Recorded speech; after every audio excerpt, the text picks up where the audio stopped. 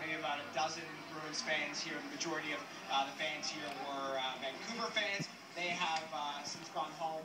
And I tell you, when the Vancouver Canucks lost, the energy was completely sucked out of this outdoor pavilion, and a lot of people just kind of went home with their tails.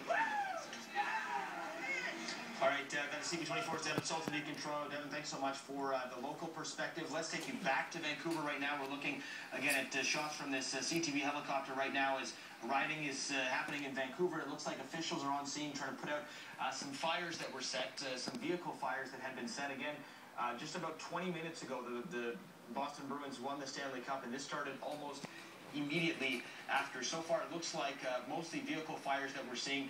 Over 100,000 people in the streets, and this is what the fear was, of course, after the 1994 loss, Vancouver Canucks to the New York Rangers.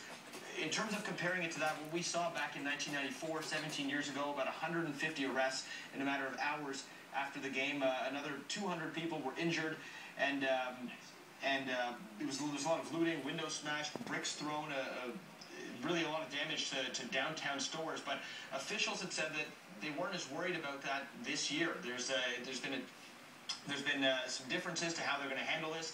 Back in 1994, they had riot police set up in lines and in waves, which was rather confrontational. This year, they employed a different method, sort of a tactic that they borrowed from the British police, where they dispersed police officers and officials within the crowd. They found this was supposed to be a more effective approach to keeping this crowd tame.